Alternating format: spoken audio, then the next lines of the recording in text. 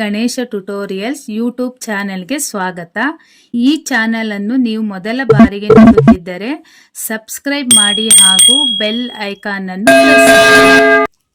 मेरे प्यारे बच्चों, आज मैं 9वीं कक्षा के पाठ पढ़ा रही हूँ. पहला पाठ जय जय भारत माता. कवि का नाम मैथिली शरण गुप्त. सब ध्यान से देखो बच्चों.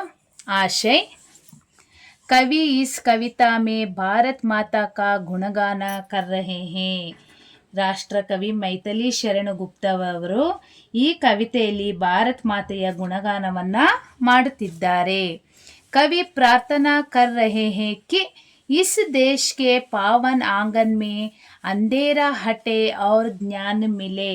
ಈ ರಾಷ್ಟ್ರದ ಪಾವನ ಅಂಗಳದಲ್ಲಿ ಅಂಧಕಾರವನ್ನು ದೂರ ಮಾಡಿ ಜ್ಞಾನದ ಬೆಳಕು ಮೂಡಲಿ ಎಂದು ಕವಿ ಪ್ರಾರ್ಥಿಸುತ್ತಿದ್ದಾರೆ. सब लोग मिलजुल कर ಭಾರತ್ ಮಾತಾ ಕೆ ಯಶ್ ಕಿ ಗಾತ್ ಗಾಯೆ. ಎಲ್ಲರೂ ಕೂಡಿ ಭಾರತ ಮಾತೆಯ ಯಶೋಗಾಥೆಯನ್ನ ಆಡೋಣ. अच्छा बच्चों, देखो अब पद्य शुरू कर रही हूँ.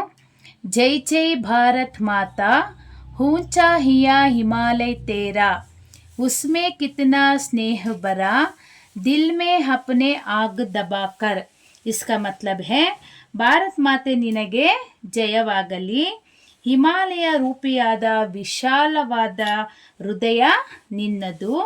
ನಿನ್ನ ಹೃದಯವು ಹಿಮಾಲಯದಷ್ಟು ವಿಶಾಲ, ಅರ್ಥಾತ್ ಅದರಲ್ಲಿ ಎಷ್ಟೊಂದು ಸ್ನೇಹ ತುಂಬಿದೆ. ನಿನ್ನ ಹೃದಯದಲ್ಲಿ ಬೆಂಕಿಯನ್ನು ಅಡಗಿಸಿಕೊಂಡು ನಮ್ಮನ್ನು ಹಸಿರಾಗಿ ಇಟ್ಟಿರುವೆ. ರಕ್ತ ಹಮ್ಕೋ ಹರಾ ಬರಾ, सौ सौ सोतों से बहा बहा कर, हे पानी फूटा हाथा, जय जय ಭಾರತ್ ಮಾತಾ. इसका मतलब है, ತಾಯಿ ಎಲ್ಲ ಕಷ್ಟಗಳನ್ನು ಮನದಲ್ಲಿಯೇ ನುಂಗಿಕೊಂಡು ಮಕ್ಕಳಿಗೆ ಯಾವುದೇ ರೀತಿಯ ತೊಂದರೆಗಳು ತಾಗದಂತೆ ಕಾಳಜಿ ಮಾಡ್ತಾ ಇದ್ದಾಳೆ. ಹಾಗೆ ಮಕ್ಕಳಾದ ನಮ್ಮನ್ನು ನೀನು ಸಲಹುತ್ತಿರುವೆ. ಶತಶತ ಅಂದರೆ ನದಿಯ ಧಾರೆಯನ್ನ ಹರಿಹರಿದು ಬರುವ ಜಲವು ಎಲ್ಲ ಕಡೆ ವ್ಯಾಪ್ತಿ ಆಗಿದೆ. ವಿವಿಧ ಮತ ಪಂಥಗಳಿಂದ ಬಂದ ಜನರು ಸಹ ಎಲ್ಲರೂ ಸಹ ನಿನ್ನ ಮಡಿಲಲ್ಲಿ ಇದ್ದಾರೆ, ಬಾಳುತ್ತಿದ್ದಾರೆ. ಆದುದರಿಂದ ಭಾರತ ಮಾತೆ ನಿನಗೆ ಜಯವಾಗಲಿ ಎಂದು ಕವಿ ಹೇಳ್ತಾ ಇದ್ದಾನೆ. ಬಾದ್ ಮೇ ದೇಖೋ ಬಚ್ಚೋ. ಕಮಲ್ ಕಿಲೆ ಹೇ ತೇರೆ ಪಾನಿ ಮೇ, ಧರ್ತಿ ಪರ್ ಹೇ ಆಮ್ ಫಲೆ, इस धानी आंचल में देखो कितने सुंदर भाव पले, भाई भाई मिल रहे सदा ही, टूटे कभी ना नाता, जय जय भारत माता. इसका मतलब, ನಿನ್ನ ಸಮೃದ್ಧ ಜಲರಾಶಿಗಳಲ್ಲಿ ಕಮಲಗಳು ಹರಳಿದವೆ. ನಿನ್ನ ನೆಲದಲ್ಲಿ ವಿವಿಧ ಮಾವಿನ ಹಣ್ಣುಗಳು ಫಲಿತವಾಗಿದ್ದಾವೆ. ತಿಳಿ ಹಸಿರು ಬಣ್ಣದಿಂದ ಕೂಡಿದ ನಿನ್ನನ್ನು ಈ ಅಂಚಿನಿಂದ ನೋಡಿದರೆ ಎಂತಹ ಸುಂದರವಾದ ಭಾವವು ಮೂಡುತ್ತದೆ. ಅಂದರೆ ಇಡೀ ದೇಶವು ಹಚ್ಚ ಹಸಿರಿನಿಂದ ನೋಡುಗರಿಗೆ ಸಮೃದ್ಧಿಯ ಭಾವವನ್ನು ಮೂಡುತ್ತಿದೆ. ಇಡೀ ದೇಶವು ಹಚ್ಚ ಹಸಿರಿನಿಂದ ಕೂಡಿದ್ದು ಪರಸ್ಪರ ಸಹೋದರರ ಭಾವದಿಂದ ಒಂದಾಗಿ ಬಾಳುತ್ತಿದ್ದಾರೆ. ಇಂತಹ ಭಾರತ ಮಾತೆಗೆ ಜಯವಾಗಲಿ.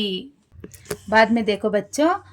तेरे लाल दिशा में ही माँ, चंद्र सूर्य चिरकाल रहे, तेरे पावन आंगन में अंधकार हटे और ज्ञान मिले, मिलजुल कर ही हम सब गाए, तेरे यश की गाथा, जय जय भारत माता. तेरे लाल दिशा में ही माँ, चंद्र सूर्य चिरकाल रहे. इसका मतलब है, ತಾಯಿ ನಿನ್ನ ಪೂರ ದಿಗಂತದಲ್ಲಿ ಸೂರ್ಯ ಚಂದ್ರರು ಚಿರಕಾಲವಾಗಿ ಇದ್ದಾರೆ, ಅವರೆಂದೂ ಮುಳುಗೋದಿಲ್ಲ. ಅಂದರೆ ದೇಶವೂ ಸಹ ಉನ್ನತಿಯ ಕಡೆಯಲ್ಲೇ ಯಾವಾಗಲೂ ಸಾಗ್ತಾ ಇರುತ್ತೆ, ಯಾವಾಗಲೂ ಅವನತಿ ಹೊಂದೋದಿಲ್ಲ. ನಿನ್ನ ಪಾವನ ಭೂಮಿಯ ಅಂಗಳದಲ್ಲಿ ಕತ್ತಲು ಕಳೆದು ಜ್ಞಾನ ದೊರಕುತ್ತಿದೆ. ಇದೇ ನಿನ್ನ ಯಶಸ್ಸಿನ ಗಾನ. ಇದು ಎಂದಿಗೂ ಜಯವಾಗಲಿ, ನಿನಗೆ ಜಯ ಜಯವಾಗಲಿ ಭಾರತ್ ಮಾತೆ. बच्चों इस पद्य का नोट्स बायो लिंक में अपलोड कर रही हूँ, देख लेना। ಥ್ಯಾಂಕ್ ಯು ಬಚ್ಚೋ. ಲೈಕ್ ಮಾಡಿ, ಶೇರ್ ಮಾಡಿ, ಸಬ್ಸ್ಕ್ರೈಬ್ ಮಾಡಿ. ಡೌಟ್ಸ್ ಇದ್ದರೆ ಕಮೆಂಟ್ ಮಾಡಿ. Thank you.